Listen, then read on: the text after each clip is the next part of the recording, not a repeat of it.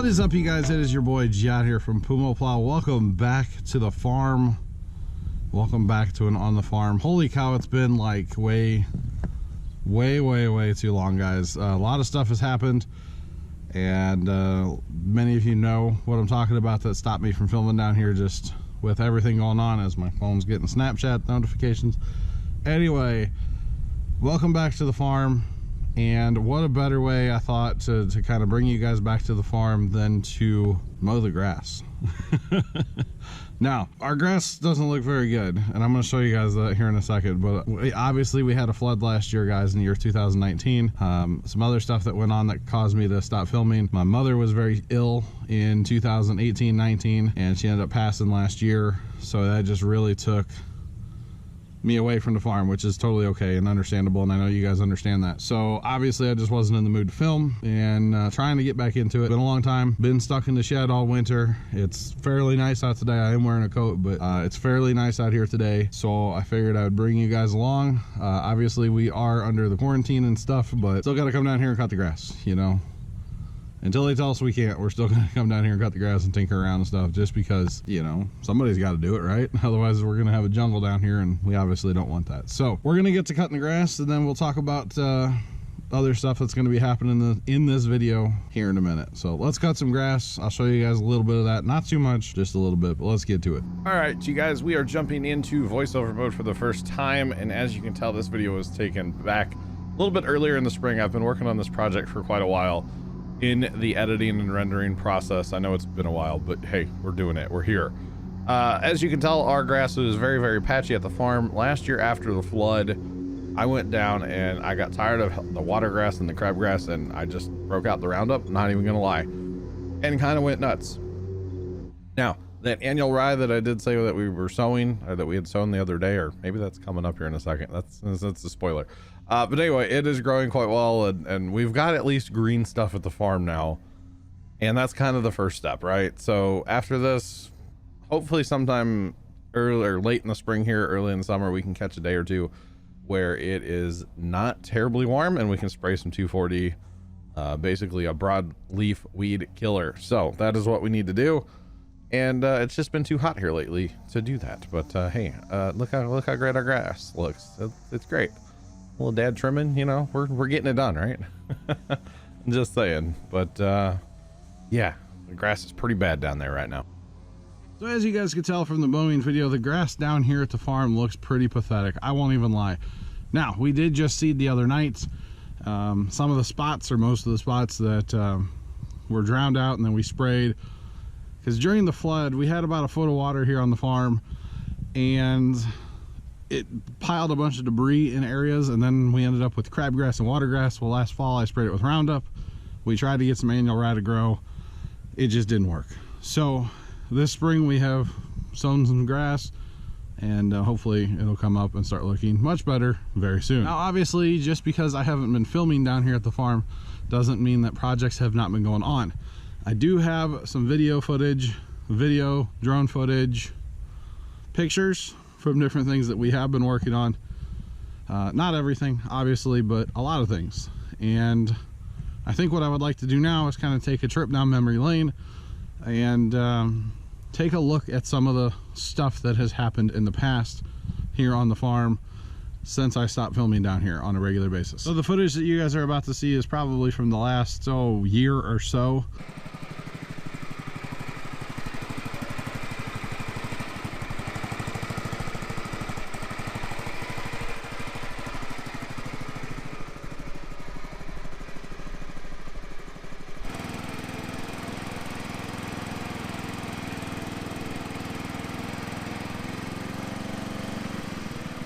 Time to fertilize the rye. That is what this video is going to be about. So I think we need to get into it. We are putting triple 12 down is what we're actually putting down, and I'll show you guys that bag here in a minute. I got a spreader full behind me, and probably going to use about 2 spreaderfuls here on the rye. If you guys are wondering, this is John Deere 111 number 2. This is actually what we call Dad's 111.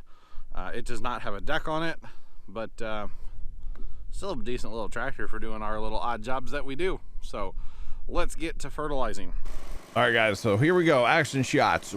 Fertilizing our rye. This is actually going to be probably the last time that we actually grow rye, because rye is very, very expensive here in the St. Louis area. It's a lot cheaper to buy some wheat and throw it out there, and we get pretty well the same results. So this will probably be the last time we actually grow rye, is right here in this video. But yeah, doing some fertilizing here, guys. Very important to fertilize the rye so that we get a lot of growth. Because we're not going to actually harvest it as rye. We want the straw that it makes for the cover crop for the pumpkins. Here you can see it in slow motion. We're putting down pretty good. I have no idea what our rate is. I mean, I just set the spreader and I just, you know, hit the gas and away I went. It's not very accurate or consistent, but hey, you know what? It works, right?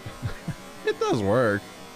But anyway, here is our bag, our 12 that we were putting down. Pretty good stuff. Used it many times now and had good results with it. So here I'm filling up the spreader, guys, and I actually did not realize till I was editing I spilled. I don't remember doing that, but this was also filmed in early 2019, so it's been a little while, if that makes sense. And here we go, running that spreader worth out as well. And yeah, that's fertilizing the rye. So another little clip, another early 2019 clip that happened. And this is our asparagus patch. Now the asparagus has been kind of deteriorating over the years, but the flood really did that, which we'll get into the flood stuff in a little bit. But every spring we cut our asparagus in the spring, or we harvest, I should say, our asparagus in the spring. So early in the spring we have to go out there with something and cut back all of the ferns and the growth. We have to get rid of all this basically. So our preferred method is to use the steel trimmer with a blade attachment on it, because you don't have to bend over and, like, you know, use a hand shear or something like that. I mean, this is pretty easy, not gonna lie. And then we pitchfork it all over to the side, usually into the field that's right next door to this, and we torch it and give the asparagus patch. Words are still hard, by the way, in these videos, but just so everybody's aware. Rake it all to the side, give the asparagus patch a good raking, and get it all cleaned up, and then we are good to go. So you guys, all my hard work to plant the rye, fertilize the rye, and now Dad's just gonna till it up. This is more so an audio test than anything, guys, just saying. Just throwing that out there.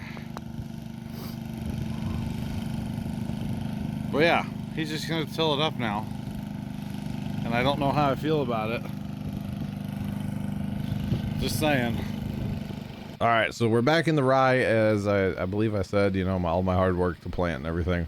And the reason Dad is actually tilling these strips into the rye is so that's like to clear it up basically. So that's where we're gonna plant. That's gonna be our row of pumpkin. At least that's the plan. And these are some of the earliest clips that I filmed on my phone. I think the asparagus was probably the first clip I actually filmed on the phone. And I'm liking it. The audio is not terrible and the video is really good. So probably future on the farms, which I do plan on making more. Future on the farms are going to have more phone clips in there, but it doesn't seem to be too bad. I'm just saying, look at that tiller. We restored that one. Spring is here, and I don't know how well it's going to translate on video for you guys, but this grass is obnoxiously tall. I don't know if you can tell. Just saying. The grass here on the farm, about 80% of it or so needs to be cut. So I'm going to go get our Exmark Laser 2660 out. It is a 2660. I always used to say 25, but Dad corrected me. It is a 2660. I'm gonna grab that and I guess get to work on the grass. That's the first order of business today. I'm not gonna show you guys too much of that because you've seen me cut grass before. I'm just saying. But what we can talk about before we get the Exmark Laser out is we have done a little bit of work to this thing. Some of the work we've done is preventative maintenance, or as we like to call it, a PM. You know, changed the oil filter. We took the tires off. We adjusted the brakes. We greased the brakes. Yes, you grease the brakes to pivot points. There was a spring down here in the throttle linkage that was broken. We've replaced that. And I want to say that's about it. Oh, we had a fuel line we replaced too. There was a fuel line that was all cracked to holiness, so we replaced that. Other than that, the X-Mark, it honestly, it needs blades. It needs the blades done on it.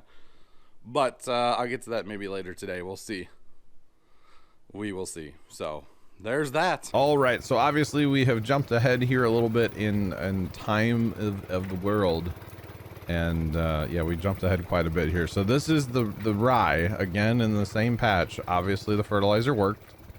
And now it is time to roll it down so we can spray it and get it all killed for the cover basically that we used for planting pumpkins. So I'm on the Power King 1614 here with our I don't want to say custom roller, but we did narrow it up quite a bit and stuff. We bought it from my dad's cousin. It was old, it was horse drawn, had a wooden tongue. It was a whole thing. And we shortened it up to make it work better with these small tractors that we have and we use. And we threw a couple tube sand on there to really help snap the stem is what we were going for, and it worked quite well.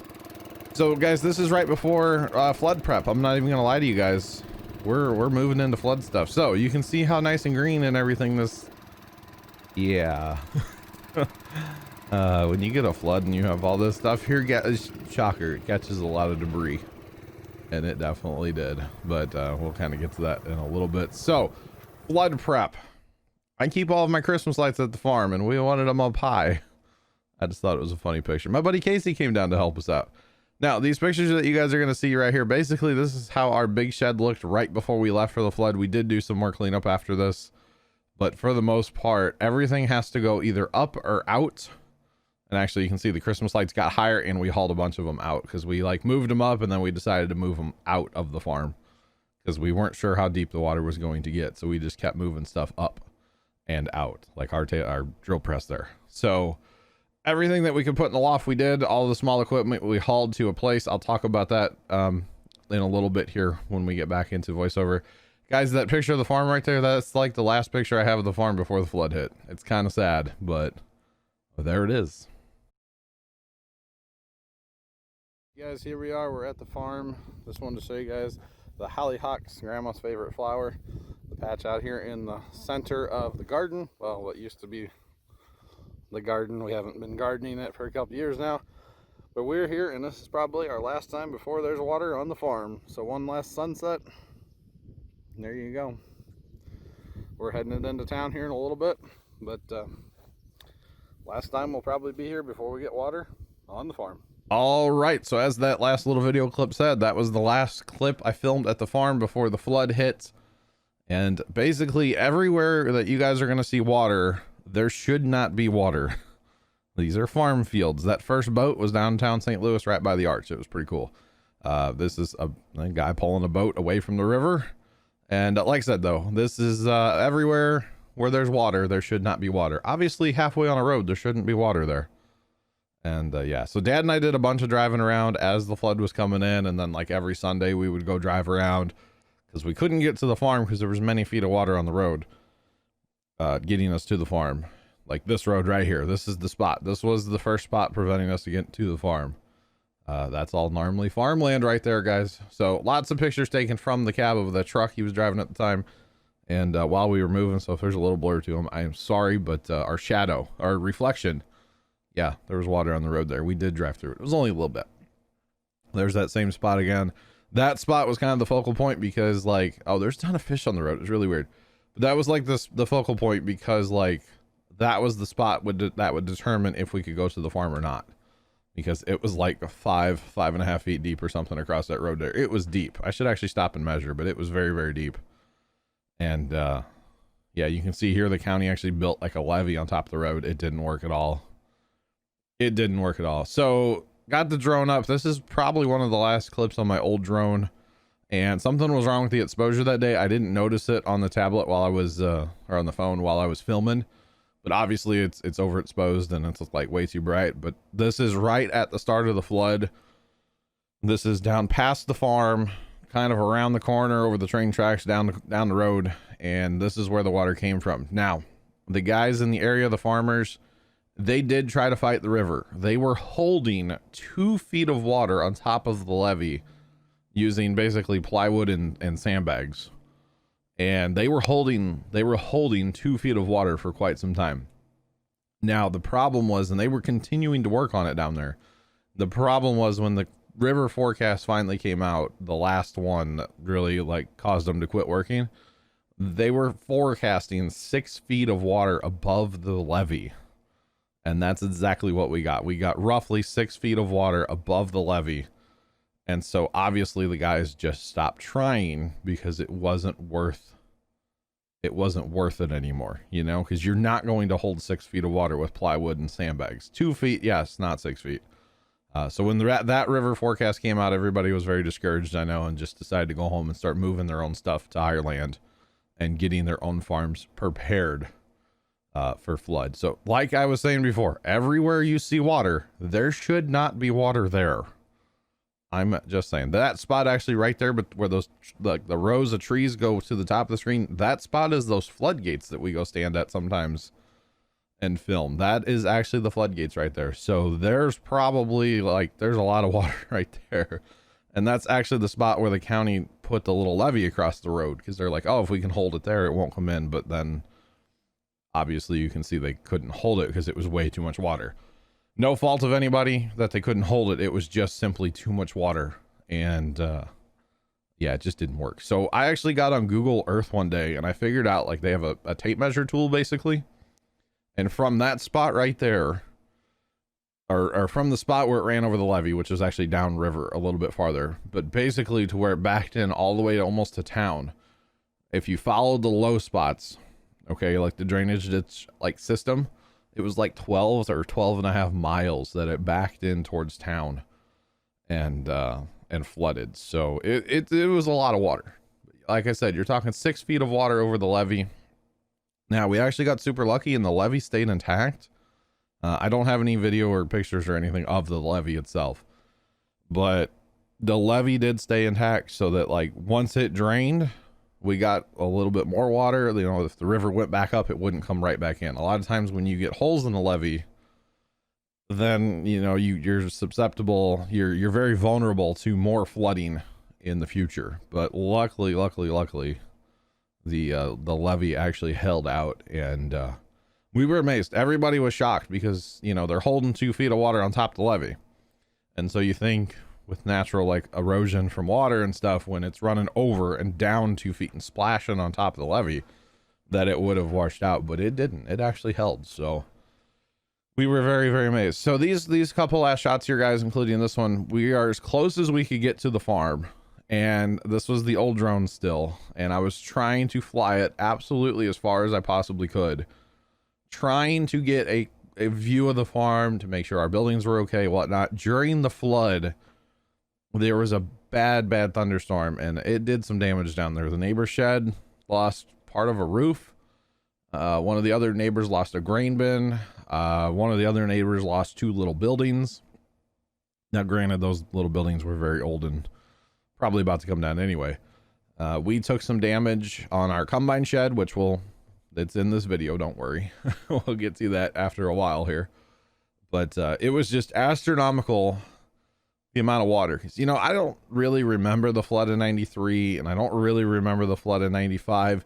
And we definitely didn't have drones that we could put in the air back in 93 and 95 and see the water and just go and fly and just visualize it, you know. Okay, yeah, you see, a field with water in it. But it doesn't do it justice compared to seeing it like this. So right here, guys, I'm flying towards the farm from like miles away. I knew I was not going to be able to fly all the way to the farm.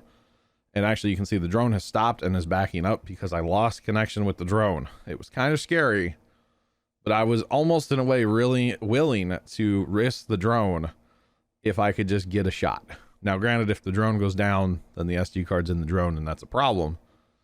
But I was kind of willing to risk flying as close as I could, as close as I possibly could, to getting a shot. So yeah, I'm still probably, I want to say 1.5 miles or 2 miles away from the farm at this point.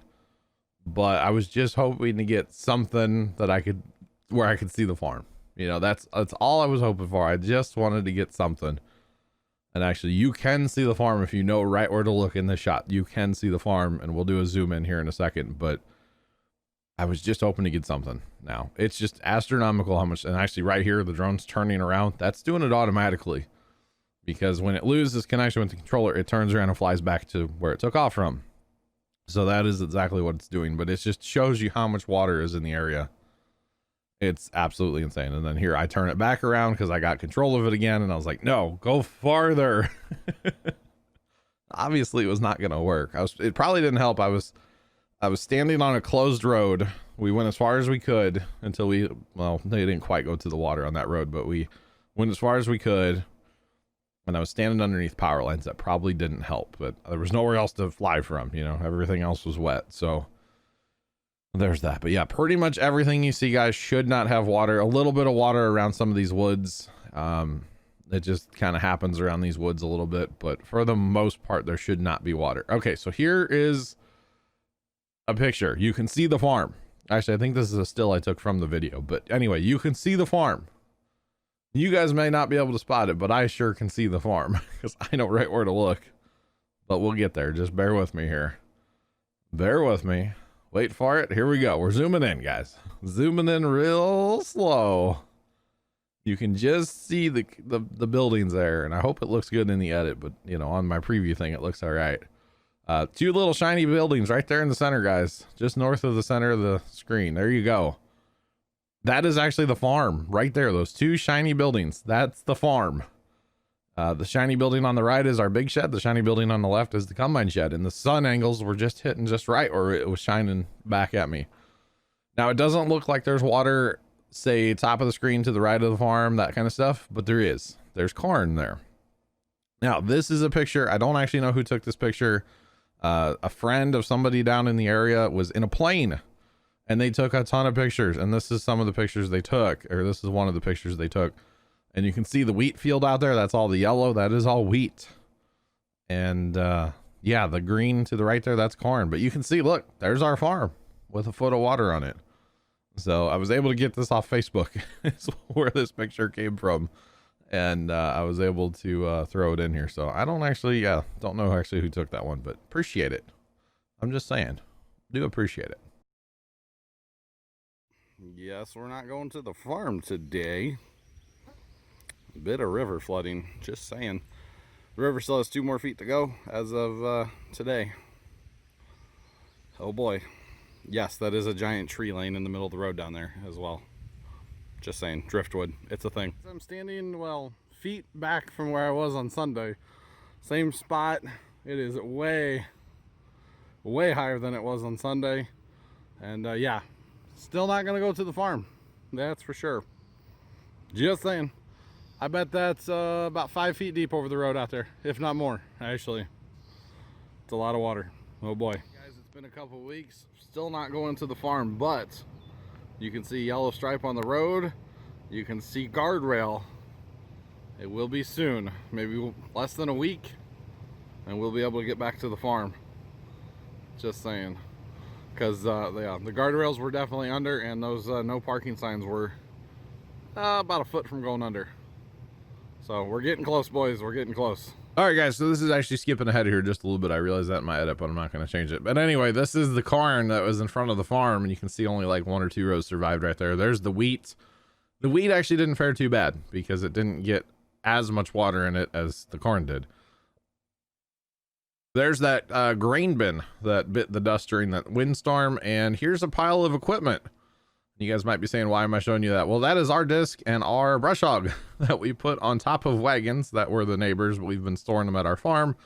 And the other neighbor was nice enough to let us park them out there on the high spot. They did not get wet other than from the rain. So there's that. Just wanted to make a little video for Instagram as well. I just did a live stream on Twitch down here from the farm. Just want to show you some of the debris and whatnot here around the farm. Let's go in the shed. In the shed now, you can see it soaked up on that door over there. We're estimating about a foot or so here in the shed, maybe a little bit more. Actually, not too bad. It's echoey in here. I'm just saying. You can see it did toss and turn some stuff that we left down. It's not really anything good, that's why we left it. Got that barrel too. Just saying. Must have got pretty wavy inside of the shed, if I had to guess. But like I said, about a foot or so. You can tell by the dirt line there, the water line. I will say the dirt in here is slimy and nasty. So it needs to dry in here. Just saying. Well, guys, it's not as bad as I thought it was going to be, but at the same time, there is still a lot of cleanup, and that water is not very far away, as you can tell. Just saying. All right, guys, so we made it back to the farm, and you could just see how much debris there was, and we actually decided to burn some of it just right there in the yard where it sat, and it wasn't a good idea. Looking at some of the corn, the crop damage, a nice sunset, you know how we have to do the sunsets, right? I just appreciate sunsets. They decided the damaged cornfield in front of the farm, they mowed it down and planted soybeans right into it. And here's a picture of just a pile of debris the farmers piled up and we decided to burn. Here's the combine shed.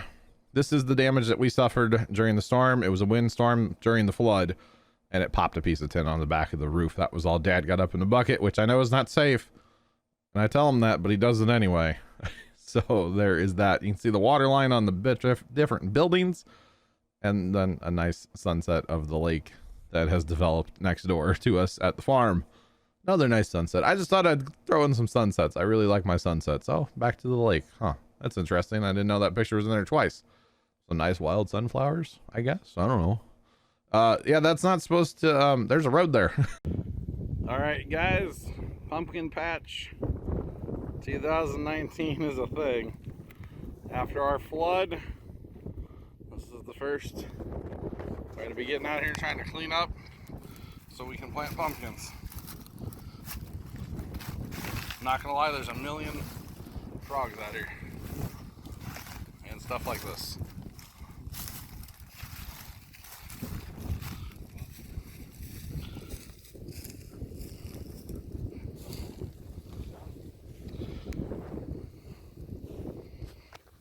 I could not explain to you guys how messy that pumpkin patch actually was after the flood, but we did clean it up and we did plant pumpkins and we actually had a decent pumpkin crop. I will show you that later on in the video. This is right after the flood. Everything dried up. They decided to harvest the wheat field. Parts of this wheat field were underwater, parts of it were not, and it was incredible. The ground was solid. The ground was solid. But wherever they would drive with the combine and then drive back over those same tracks with the combine would just fall through. Absolutely would just fall through. This is the second time that the farmers got their combine stuck. The first time they called up the neighbor and they pulled it out with a quad track.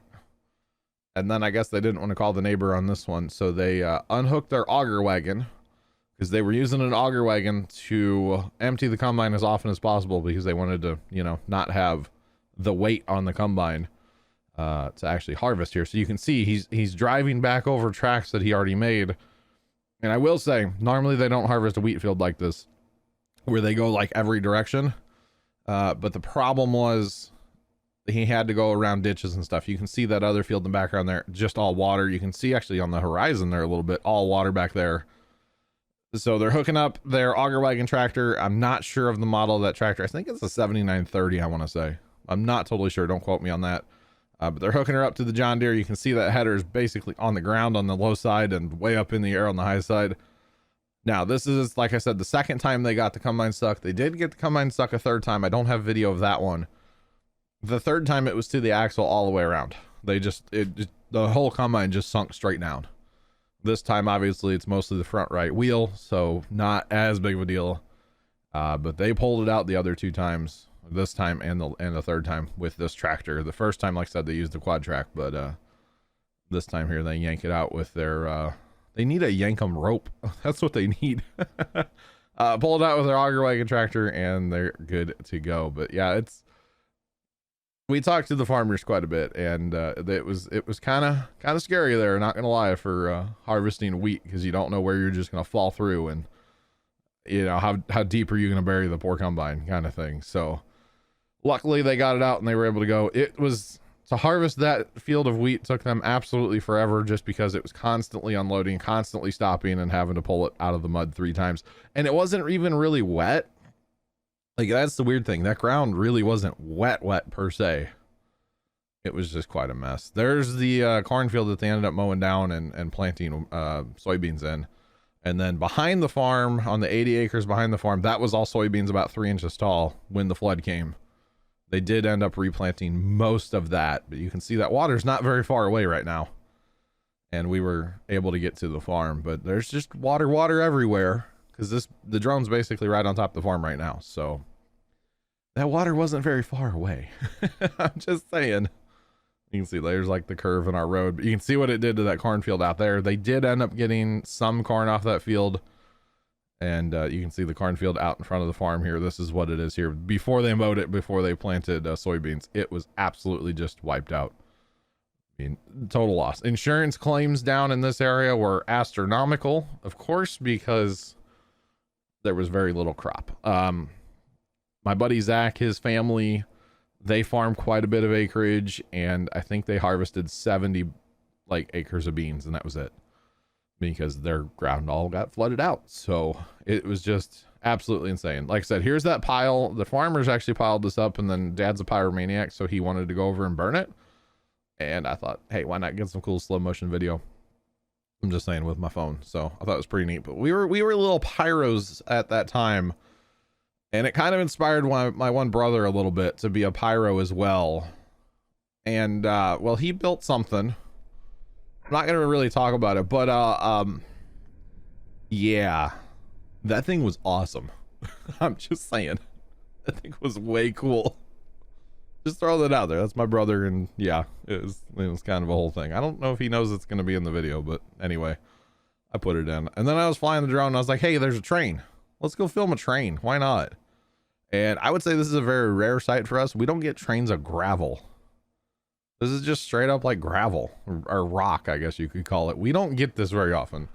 Normally this line here is used for coal trains. There's a power plant down in the area, and we normally just get coal trains, lots of coal trains. We do occasionally get the odd, random freight train, but mostly coal trains down there by the farm. So I don't know, I thought it was cool. I thought it was neat. And then this is very interesting.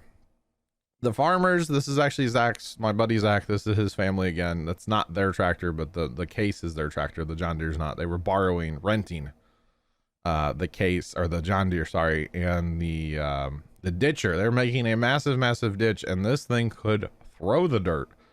Let me tell you, this was very impressive. Very, very, very impressive to see. And I just couldn't help but throw the drone in the air and go get a little bit of footage. My battery was dying. Otherwise, I would have had way more footage. My battery in the drone was dying, and then my other battery was already dead. And so I didn't go back out there. But it was very cool to see this.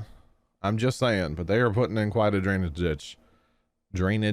They're tired of losing crop to water. So put in a ditch and drain the water. Just saying. And look at that thing just sling the mud. I mean, it was insane. This is after the flood again, so it's kind of wet down there. This is a while after the flood, but still, it was pretty awesome. So now, guys, fast forwarding, there's our pumpkin crop. It actually turned out to be a really, really good crop. We were very surprised because we planted late due to the flood, but we actually got a really good crop. So you can tell we're jumping ahead. This is October here, so we're jumping ahead quite a bit here in the time. So there is that. Now we're in the shed. This is probably most of November. We worked on these projects here, guys. This is what I would call the snowman project. If you guys watch my Twitch streams or even the videos, I think I talked about it in there quite a bit. We built wireframe deer out of a 1/4-inch steel rod. Is it quarter? 1/8 inch? I think it's 1/4 inch. Anyway, steel rod. Dad asked me, like, what did I want to do new for the Christmas lights for 2019? And I thought about it for a while. I really did. I thought about this project for a while, and I'd actually run across a guy on YouTube that had 2 snowmen that would throw snowballs back and forth at each other. And I told Dad, I said, I know it's ambitious, and I know it's going to be crazy to build and to make it work, but this is what I want to do. And so we did it. We absolutely did it. Shout out to my brother-in-law. He actually drew us a snowman so that we had like a reference, to build to. And we took that to like Office Depot and had them blow it up to like a blueprint, basically size. Like, it was huge. And we actually ended up building it slightly larger than the blueprint as well. But basically, see, so we already have, that's a hand. Imagine like a mitten. you know, on your hand, a mitten with a thumb, you know. And so we basically built one complete snowman, and then we built the second one. And when we were building the second one is when I filmed. I do have a lot more footage of the snowman project, but I don't know how much I really, you know. Yeah, and the funny thing is we're probably going to build new ones for this year. We're going to completely rebuild them. We're happy with them. We liked them. They looked really good. But there's just a lot of things that we learned while we were building them, and a lot of ideas that came in after we built them, that it's like, hey, you know what? We could do this different. We could do it better, and they would look better long term. So we did learn, one of the things we learned to do these intricate bends was heat was our friend, obviously. Now I will say this is the first time Dad and I have kind of, I don't know if you want to call this metal sculpting or what you want to call this, but this is at least my first time. I don't think Dad's ever done anything like this either. But lots of heat, and we need some kind of bigger torch if we're going to do this again. I'm just saying, heat it up faster, you know. But it did work. It worked out quite well, and a lot of welding went into this project. And you know, I'm not a professional welder, and Dad's not either. And I think Dad did some of the welding, but I did most of it. And you know, it's really cool because it's something that Dad and I came together, and we butted heads a lot during this project. I won't even lie, because I wanted to do things this way, he wanted to do things that way, and we came to a compromise, and we made some really cool stuff. And so I know Dad's gonna watch this video, but it was a really cool project for Dad and I to come together and work on. I'm just saying, I really thoroughly actually enjoyed this project. It was a lot of work. We went down there like probably 3 nights a week plus Sundays at that time, because I believe 3 nights a week plus Sundays to make these things, and it was just, that's all we did. But it was a lot of fun. So this is how we cut the rod, was using a bolt cutter. I would actually like to get a bigger bolt cutter if we're going to remake them, because that one just didn't quite have enough leverage. You really had to kind of bear into it to to get it to cut. And then this is how we rolled our circles for the body of the snowman, is we bought a roller. We actually bought a Harbor Freight one. Not gonna lie, we did buy one from Harbor Freight, but it was manufactured in such a poor way that it would roll springs basically instead of circles. And so we didn't like that. So Dad went online and found this one, and it was quite a bit more money, but it really was a nice tool. It really was. So it's mounted to the bench at the farm, still there. And we're probably going to use it again, because I believe we're going to remake them for this year. So I still want to keep the original ones that we made. I just want to make new ones as well. So there's that. So basically you tighten that crank right there, or that handle, you tighten that up, and that puts more pressure on there, and then you roll the crank. And every time you do it, it makes a tighter circle. So you imagine a snowman with three, you know, his body's three circles. And this is how we made them. It took a lot of time. I'm not going to lie. And you can see it's cold. There's a heater on back there. There's a heater button in exhaust fan, and there's something on the TV too. What is that? Like, oh, it's Judge Judy. So that must have been filmed on a Wednesday. Dad was still taking off Wednesdays over the winter. He usually does that. So yeah, a lot of Wednesdays we spent down there too. So that's funny. Judge Judy in the background. Hope I don't get in trouble for Judge Judy. Shout out to Judge Judy. Love that show. But anyway, you can see the longer you roll it, and the more you crank down the handle, it gets tighter and tighter. And I'm imagining he's going for like the bottom of the body roll, if that makes sense. The bottom one. So that's obviously the biggest of the three, you know. It makes sense, right? If you think about a snowman. And yeah, so it's a lot of rolling back and forth. But you get it done eventually. It takes a while. I'm not even gonna lie, it definitely took a while. And it's a lot harder than you would think too, to actually crank that handle back and forth. It took some oomph, you know, especially if you were trying to like do a real tight bend, or put a lot of pressure on there, I should say. And there you can see, guys, we have all our different circles, and I'm going to be welding them up. And like I said before, not a professional welder. No comments about my welding. I'm not good. I'll admit it. I'm just saying, but you know what? It worked. Is it a production weld? No. But is it a functional weld? Absolutely. And that's kind of all that matters. So yeah. And then we got smart and put them in the vise and welded them, because I could concentrate on holding the gun a lot better instead of having to hold the circle and the gun. But there you can see our template we were working with. and it worked out quite well. We had a big sheet of plywood here, and basically what I'm showing here is like building off of the one. So it's hold the piece of rod, you do some marking, you cut it, or don't even cut it. Like for this right here, doing the arm, not even gonna cut, just gonna start marking. You can see his hand there, he's holding, quote unquote, a snowball. Takes a little bit of an imagination here, but you know, we make it work. And then you can see I've already made like the first bend or two in it, trying to make like the bottom of the elbow. And yeah, so these snowmen do have 4 arms. I'm not gonna lie, they're kind of creepy looking with all the lights on. But the part of this that I didn't show you guys, oh, look at that face, by the way, looks so good. And then it's 3 buttons. I'm just saying, that's him with no arms. This is the second one we built, so we learned a lot in the first one that we built. And you can see he does have 2 arms on each side, like I was saying. He's kind of creepy looking, but we're using a control box to turn on and off certain lights.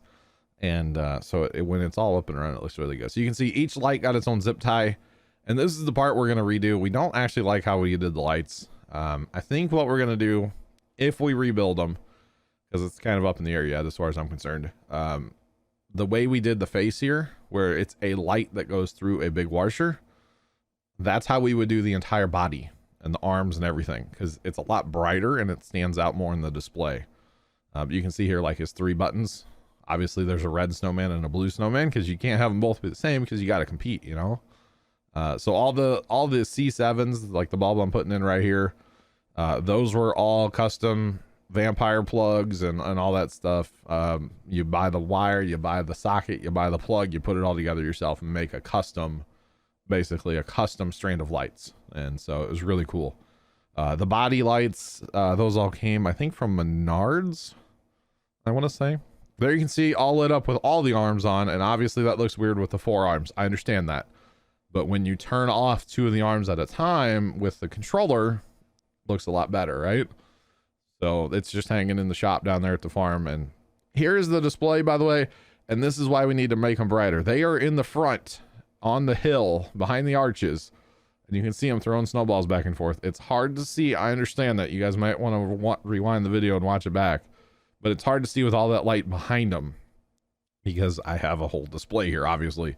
And so yeah, I definitely thought I had to include some Christmas lights. Well, boys, I think he's lost her.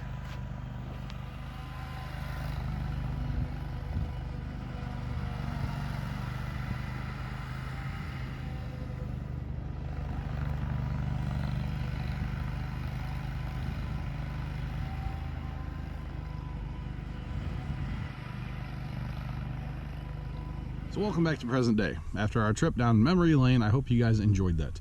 Now, going forward with the On the Farm series, I would like to bring it back. Now, is it going to be weekly? No. Is it going to be every other week? Probably not. Once a month? That's more like it. So sometimes, guys, I will fully admit I get too busy down here and I forget about the camera, or I forget it at home and just don't even bring it.